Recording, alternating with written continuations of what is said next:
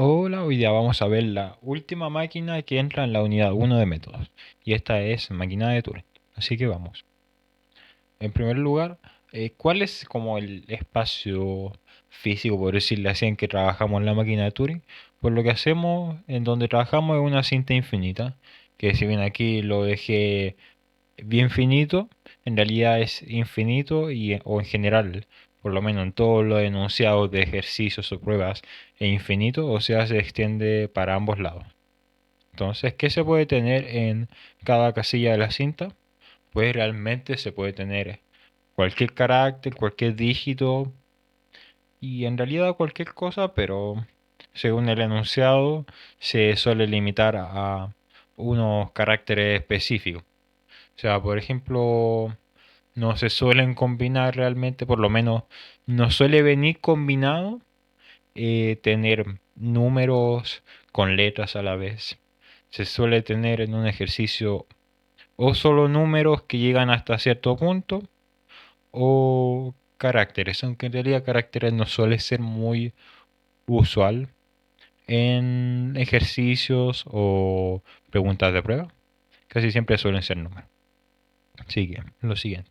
Ya sabiendo en dónde trabajamos, la pregunta es ahora, ¿cómo trabajamos con eso? O sea, ¿cómo modificamos la cinta para llegar a un objetivo específico? Bueno, estas son las instrucciones con las que hacemos eso. Tenemos en primer lugar un estado actual que se suele denotar con una Q seguido por un número. Después lectura, que dice que si se lee cierto determinado carácter, por ejemplo en este caso si se lee un cero, aquí no, pero si digamos que en la cabeza, en vez, o sea, donde estamos apuntando ahora mismo, en vez de estar acá, estuviera acá, y aquí leemos un cero, entonces ahí se realiza la otra acción.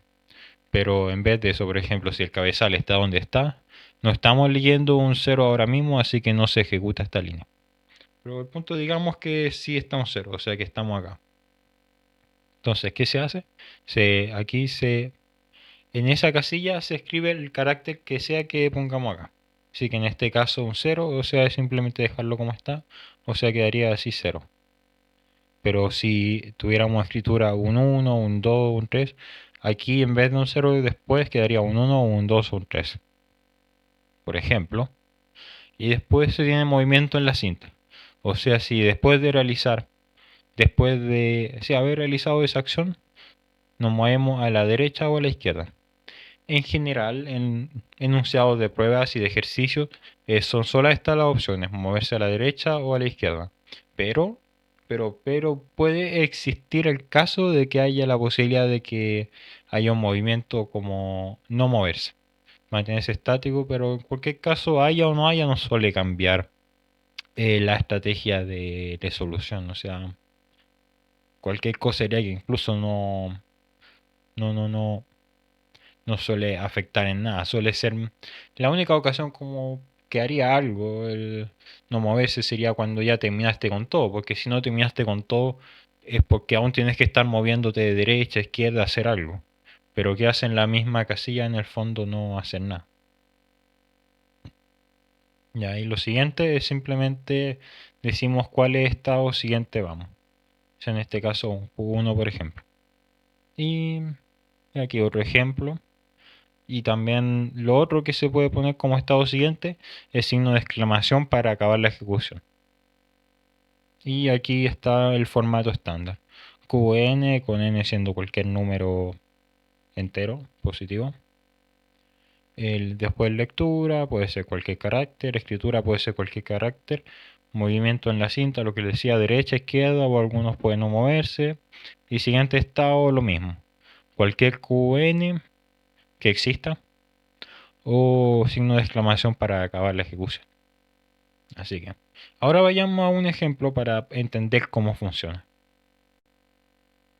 Entonces aquí tenemos nuestro problema y le agregué una parte de la instrucción que faltaba, que es escribir si un número binario es par o impar. Para esto, bueno, la especificación de que tienes que borrar toda la cinta y escribir la palabra par o impar según corresponde. Entonces, número binario. Para que no sepan, si es que no saben, Número binario es que significa que está en base 2. Así como nuestra base, que es la base decimal, está en base 10, o sea que se representa con 10 dígitos del 0 al 9. En base binaria es de simplemente del 0 al 1. Entonces, simplemente una pequeño, ¿cómo se dice? Lección de cómo manejar números binarios. En primer lugar, para eso tenemos que entender siquiera cómo manejamos nuestros números normales. Entonces, digamos que tenemos el número 1358. ¿Cómo es este número realmente? Bueno, a uno también en el colegio le pueden enseñar que esto se puede escribir de la siguiente forma: como 1000 más 300 más 50 más 8, que esto es lo mismo que el dígito que está en esa posición multiplicado por la base, que como dijimos es un número en base 10, por la posición, o sea, por el índice, que en este caso es la unidad, así que empezamos con el 0 y hacemos lo mismo con los demás. Entonces 5 por 10 a la 1 más 3 por 10 a la 2 más 1 por 10 a la 3, y esto es una forma equivalente. Así que esto es igual a esto y es igual a esto. Entonces ahora aplicamos la misma lógica a número binario. Entonces, ¿qué sería este número binario en base decimal? Pues para hacer eso podemos aplicar este mismo proceso. Entonces, tendríamos 0, que es el número, por la base, que es 2, por el índice, que es 0. Y repetimos lo mismo para los demás.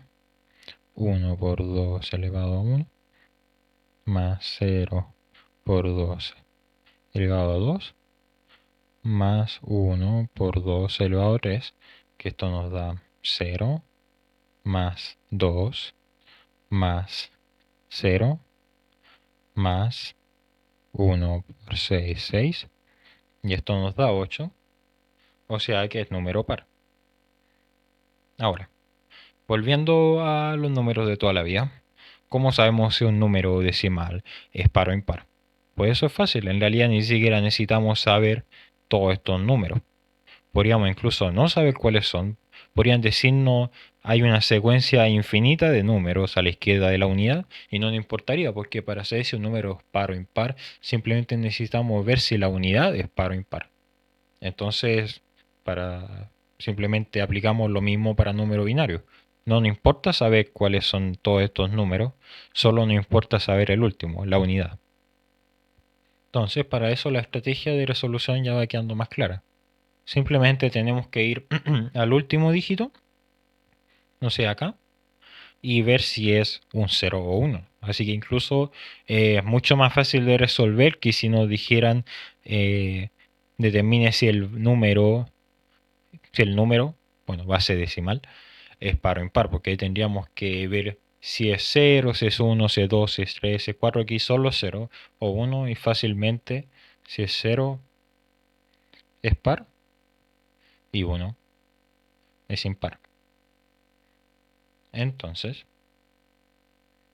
la estrategia es simplemente ir a ese. ¿Y cómo lo haríamos? Bueno, sabemos que la unidad es el último dígito que hay, o sea, el que tiene a la derecha un espacio vacío. Entonces lo único que tenemos que ir a hacer es ir yendo hacia la derecha hasta que encontremos una casilla vacía y de ahí vamos a la izquierda. Así que hagamos eso. Y para hacer eso es muy facilito. Entonces empezamos con un Q0, que no necesariamente tienes que empezar de Q0, puedes iniciar de cualquier etiqueta, puedes ir en orden, desorden, pero tiene sentido ir de 0 hacia el infinito en términos de números para estados. Entonces, si leemos 0, simplemente lo dejamos escrito para no borrarlo, porque bien podría ser que no, porque si no vamos a estar borrándolo detrás y después no vamos a poder saber si es par o impar. Así que lo dejamos escrito, vamos a la derecha, nos quedamos en Q0. Y ahora lo mismo para un 1. Si es un 1 simplemente lo ignoramos porque no es lo que estamos buscando, es el carácter vacío. Entonces Q0. Y ahora, y ahora sí, si leemos que hay un carácter vacío, voy a escribir aquí para que no se confundan. estado, lee, escribe, move y siguiente. Si es una casilla vacía, simplemente la dejamos así vacía, que bueno, en todo caso lo estoy representando así. Y ahora nos vamos a la izquierda y ahora, similar a como era en máquina de registro, en el fondo aquí en los estados almacenamos pues eso, en qué estado nos encontramos, qué es lo que tenemos que hacer actualmente. En este caso Q0 tenía, piénsenlo así como que en cada estado pueden simplemente recordar una cosa, no pueden recordar varias cosas. Así que Q0, ¿cuál era la función de Q0? Simplemente encontrar el carácter vacío o casilla vacía, para que quede más claro. Entonces ahora tenemos que pasar a otro estado que se encargue de ver si el último dígito es par o impar. Así que ver par impar. Entonces Q1. Y ahora sí que sabemos que en Q1 nos encontramos acá. Q0 nos encontramos acá y pasábamos de Q0 a Q1 así. Entonces Q1 está acá. Hay que ver ahora. Si lee un 0, tenemos que ya sabemos que es par. Tenemos que ir borrando para después poder escribir par. Vamos a la izquierda para después seguir borrando. Pero ahora tenemos que pasar a otro estado que en el fondo nos va a almacenar ahora dos cosas. Pero en realidad es como una cosa adicional a lo anterior. Porque el anterior, o sea en este caso el Q1, nos vio que es par y nos manda al Q2, en el que en el fondo vamos a saber que es par y que ahora tenemos que ir borrando. Así que Q2, Q2 ahora se encarga de que es par y de que hay que borrar. Va acumulando lo anterior. Así que Q2, si ve otro 0, lo borra, va a la izquierda y sigue en el Q2. Q2, si ve un 1, deja un espacio vacío, va a la izquierda y sigue en el Q2. Y ahora Q2, si ve un espacio vacío, una casilla vacía, eso quiere decir que ahora nos encontramos acá. Acá. O sea, en este caso pareciera que estuviera limitado, pero no. Recuerden lo que les dije, que se extiende infinitamente hacia ambos lados. Así que cuando estamos aquí sabemos que terminamos de borrar y ahora tenemos que pasar a lo siguiente, que es escribir par. Entonces, podemos al tiro empezar escribiendo la primera letra, P. Vamos a la derecha y ahora le tendríamos que ir a una otra etiqueta que se encargue de escribir la letra A. Entonces, Q3, lee espacio vacío, escribe la A y la R. Y ahora un Q4. Por lo mismo que les dije, no puede como recordar más de una cosa a la vez y no podría hacer como si lee un espacio, porque en todos estos casos va a leer espacio vacío. Y no es como que pueda decidir si, oye, en un mismo estado no puedo decir que para una ocasión leo un espacio vacío, escribo una P, después una A, una R, no, sino que para, eh, para una sola lectura hay solo una escritura en un estado. Por eso tenemos que ocupar un estado distinto para cada uno. Así que, y lo mismo, seguimos Q4, espacio, R. Ahora podríamos irnos a la derecha, a la izquierda, no importa. Y se acaba. Y así escribimos que un número es par. Y es más de lo mismo para si el número es impar. Entonces, volveríamos aquí. Q1. Si en vez de un 0 ve un 1, sabemos que es impar. Así que sería en el fondo hacer el mismo proceso, pero para lo impar. Si aquí terminamos con la etiqueta, con el estado 4, aquí tendríamos que ocupar los que quedan, así que 5. Y aquí tendríamos en el fondo una bifurcación. Aquí entonces Si es Q5, en el fondo haríamos lo mismo. Vamos a la izquierda y vamos borrando.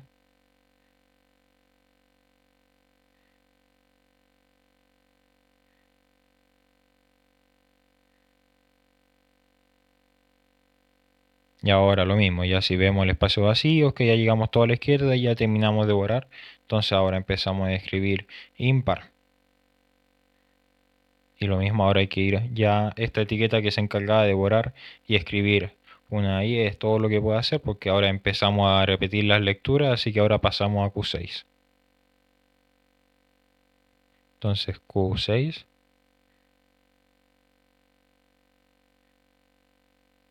Y ahora, obviamente estaría correcto escribir par de nuevo con otra secuencia de estados y pueden hacerlo perfectamente. Incluso si sienten que ustedes se empiezan a confundir, si hacen combinaciones con código, pueden dejarlo manual.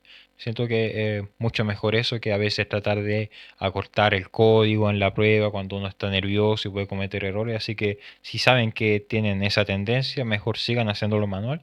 Pero yo en este caso lo que haría sería aprovechar que aquí escribimos par para en vez de pasar a un Q7 simplemente pasar a un Q2 para reutilizar esto. Así estaríamos escribiendo impar. Y entonces así es como se soluciona el problema. Entonces eso fue escribir si un número binario es par o impar en máquina Turing. Así que ahora pasemos al ejercicio. Multiplicar número binario por 2.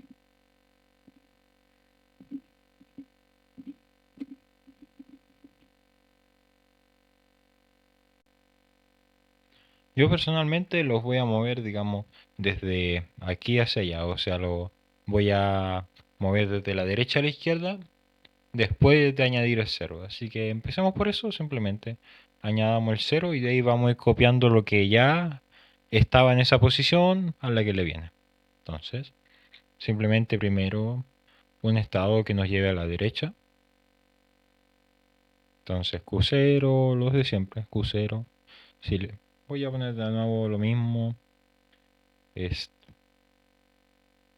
lee, escribe, em, movimiento y siguiente estado. Entonces, estado Q0, simplemente vamos a ir a la derecha. Eso para el caso de que encontraba un 0. Ahora sí leo un 1.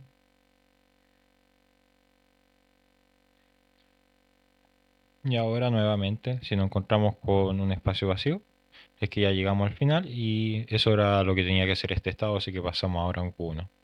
Entonces ahora, un Q1 se va a encargar de... ya si había un 0. Bueno, ahora estamos poniendo el 0 de la multiplicación, pero si ya hay un 0, simplemente se mantiene. Entonces, izquierda y... Pero ahora sí que viene la parte más importante, de que en el fondo guardamos el hecho de que el dígito que estaba ahí es un 0 y que hay que copiarlo a la posición que viene. Así que voy a dejar un poco de espacio. Entonces Q2, si lee un 0, añade un 0, pero este que conste que no es el 0, digamos que simplemente lo estemos copiando, sino que el que viene de antes. Entonces, y ahora pasaría Q3. Y ahora para el caso, voy a dejar en realidad de que después se pone el etiqueta. Y ahora sí se va a notar más que ese un 1, en realidad lo estamos cambiando por el que había primero, que es un 0. Vamos a la izquierda y ahora volvamos a lo de antes por metro. Voy a dejar el Q para que simplemente nos quedemos con la idea de que pus- pusimos un 0 aquí y después copiamos lo que ya estaba, digamos, antes en la posición de la unidad. Entonces, volviendo a, este era para el caso que hubiera un 0. Ahora, si había un 1, se escribe un 0, L, y ahora en realidad otro estado, Q3, que Q3 hace lo mismo que para el 0, solo que ahora escribiendo un 1. Entonces Q3, si lee un 0, ahora pone un 1, un L.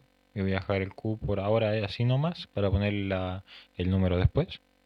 Y ahora si es 1, simplemente deja el 1 que ya está escrito, pero en realidad copiando el de la unidad. O el que le venía antes que teníamos que copiar. Y ahora sí. Entonces ahora sí tenemos un estado, básicamente. Teníamos eso para el caso de que fuera un 0, pero ahora en caso de que no sea eso, de que fuera, por ejemplo, de que había un 1, entonces algo...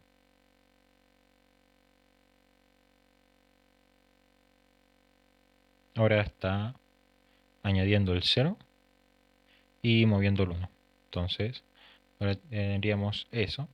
Pero ahora hay que ver cómo encadenar este para que siga realizando eso. Entonces la gracia está aquí. En lo que está leyendo hay que repetir el ciclo. Entonces dijimos que este Q2 es que hay que mover 0 adelante y este mover un 1 adelante.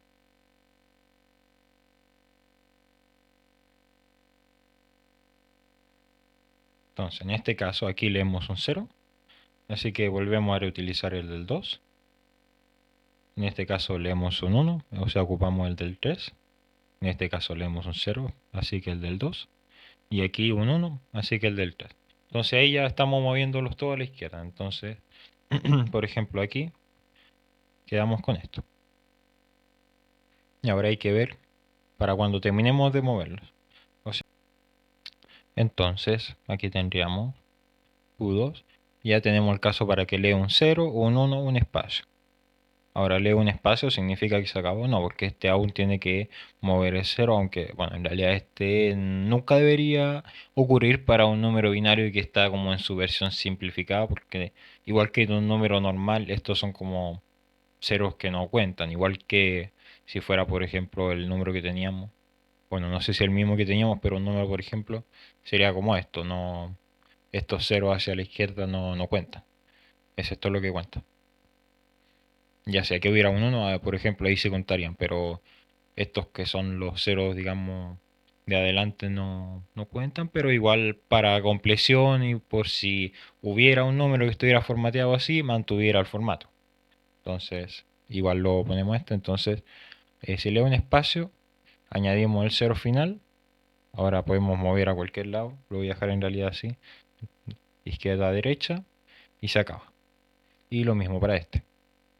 Q3, si leo un espacio, hay que mover el 1, hay que poner el 1 que teníamos que poner. Derecha, izquierda a derecha y se acaba.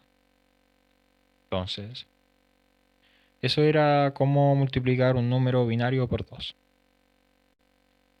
Entonces esto era cómo multiplicar un número binario por 2. Pasemos al siguiente y último ejercicio que les voy a hacer yo. Escribir número en base 1. Esta vez sí con tilde. Entonces, ¿cómo lo hacemos? Entonces, ¿cómo escribir un número en base 1? Si en base 2 era base 2 porque tenía dos símbolos, base 1 es base 1 porque tiene solo uno. Por ejemplo, cuando uno cuenta así, 1, 2, 3, 4, 5. Bueno, solo que en este caso sería así, haciendo las rayitas por separado, como esto, solo que en este caso lo vamos a hacer con gato porque es el carácter que se definió. Entonces, como pueden tenerlo ya en mente, uno podría escribirlo manual simplemente, Q5 que ejecute todas estas líneas, después otro para el caso de que se encuentra un 4 escribe todas estas, o sea, esta para un gato, otro así, y si es para 3 así, y claro, está perfectamente bien, pero si este ejercicio es un ejercicio de cualquier cosa, es de cómo resolver este problema de manera más corta sin tener que volverse loco y perderse con ya escribir 3, 4, cuántos gatos. Entonces, ¿cómo lo hacemos? En vez de hacerlo así, básicamente haríamos solo el caso único que es para cada número, o sea, 5 escribir como el quinto gato, por decirlo así, y después aprovechamos el cuarto del caso que vio un 4, después el 3 del caso que vio un 3 y así. Y así en cierta forma lo encadena. Ahora, ¿cómo lo hacemos? Es simplecito. Eso sí, en primer lugar hay que considerar el caso de que sea un cero. Así que hacemos Q0. Si lee un 0, simplemente escribo en espacio y se va. Me faltó movimiento. Entonces izquierda a derecha y se acaba. Ahora Q1 en caso de que lea un 1, pues escribe un gato, se va a la derecha y aquí se va a Q0. O sea, esto es lo que les digo que se va encadenando. Entonces ahora, creo que ya se pueden imaginar cómo vendrían los demás. Q2, escribe un gato, vamos a la derecha y vamos a Q1. Y, y eso, ya se pueden imaginar que como son todos los demás, que no tienen ninguna gracia. Q3, y me voy a apurar para el resto. Q4, lee gato, se va a la derecha y se encadena con Q3 para que escriba los otros tres gatos pendientes. Entonces, Q5, 5, gato, R, Q4. Y ahí se acabó. Entonces, como pueden ver, en ningún caso iba a ser un ejercicio difícil, ya lo hicieran de esta manera o se hicieran el lío de escribirlo todo completo, pero es un poco un pequeñito ejercicio de cómo pensar para ahorrarse código, que en caso de que estén apurados les puede servir. Y ahora nomás les voy a dejar con un ejercicio, pregunta de Pep pasada, que puedan hacer para ejercitar. Y este es identificar dígito más grande en base 5. O sea, se les entrega así varios números en la cinta y tienen que identificar cuál es el más grande, dejando escrito ese solamente una única vez. O sea, por ejemplo, si es así 1, 2, 0, 3, 2, hay que dejar el 3 escrito. Ahora, ¿qué pasaría si fuera, por ejemplo, 1, 5, 5, 5, 0? Pues hay que dejar solamente un 5 escrito.